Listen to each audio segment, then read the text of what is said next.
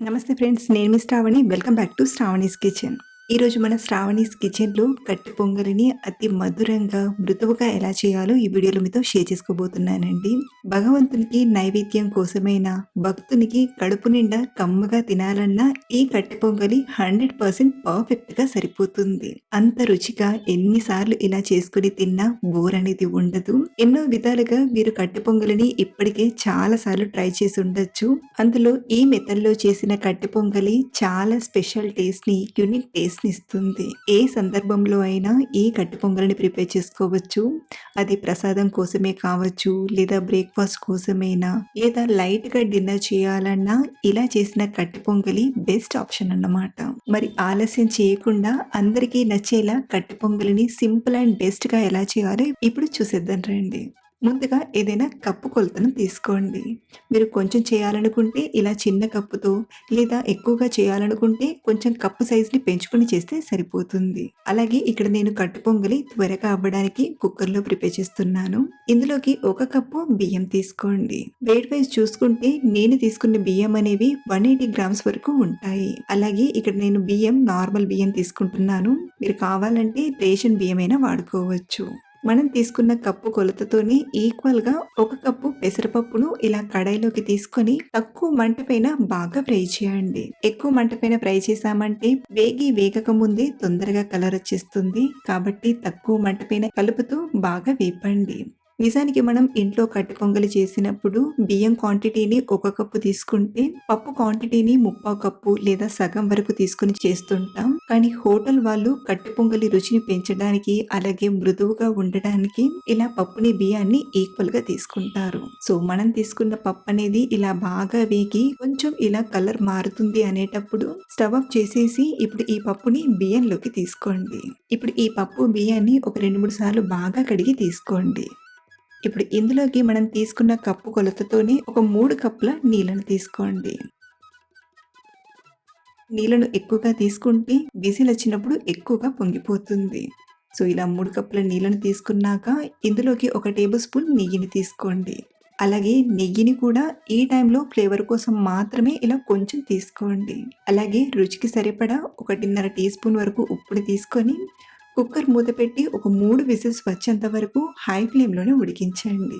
ఒక పక్కన ఇలా 3 విజిల్స్ చేస్తూనే మరో పక్కన ఇంకొక గిన్నెలోకి మరో 3 కప్పుల నీళ్లను తీసుకొని వేడి చేయండి. 3 విజిల్స్ తర్వాత విజిల్‌లోని గాలంతా పోయాక చూపిస్తున్నాను. ఒకసారి మూత తీసి అంతా కలిసేలా కలపండి.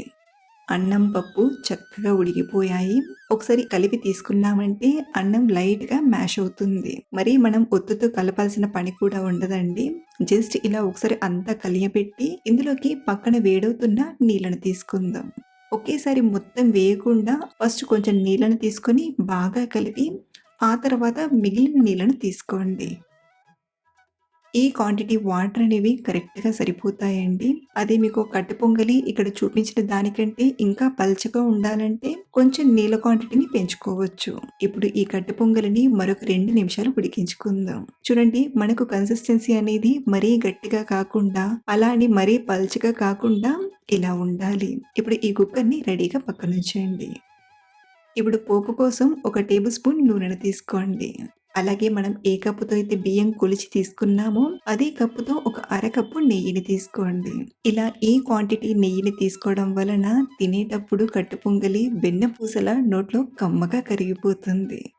ఇలా నెయ్యి వేడెక్కాక ఇప్పుడు ఇందులోకి ఒక టీ స్పూన్ జీలకర్రను, అలాగే సన్నగా తరిగిన ఒక టీ స్పూన్ అల్లం ముక్కల్ని, 1.5 టీ స్పూన్ మిరియాలను తీసుకోండి.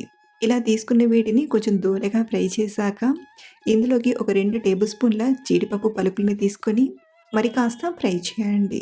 జీడిపప్పు పలుకులు కూడా లైట్‌గా కలర్ మారాక ఇందులోకి సన్నగా తరిగిన ఒక 3 పచ్చిమిరపకాయ ముక్కల్ని, కొంచెం కరివేపాకును, అలాగే పావు టీ స్పూన్ ఇంగువను తీసుకొని పోపుని బాగా ఫ్రై చేసి కట్టు పొంగల్లోకి తీసుకోండి.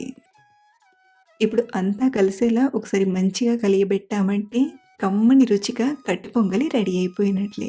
చూస్తేనే నోరూరిపోతుంది కదా! ఈ కట్టె పొంగలిలోకి పల్లీ చట్నీ గానీ, లేదా పల్లీ కొబ్బరి చట్నీని గానీ, లేదా వేడివేడిగా సాంబార్ వేసుకొని తిన్నా చాలా బావుంటుంది. మీరు కూడా మంచిగా గొప్ప రుచితో కట్టె పొంగలి చేయాలి, ఇంట్లో వాళ్ళకి బాగా నచ్చాలి, 100% సాటిస్ఫైడ్ అవ్వాలి అంటే మాత్రం ఈ ప్రాసెస్‌లో ట్రై చేయండి. ఇది నేను ఇంట్లో చాలా సార్లు ట్రై చేసి తెలుసుకున్న మెళకువలతో చేస్తున్న వీడియో అండి. కాబట్టి మస్ట్‌గా ట్రై చేయండి. అందరికీ డెఫినెట్‌గా నచ్చుతుంది.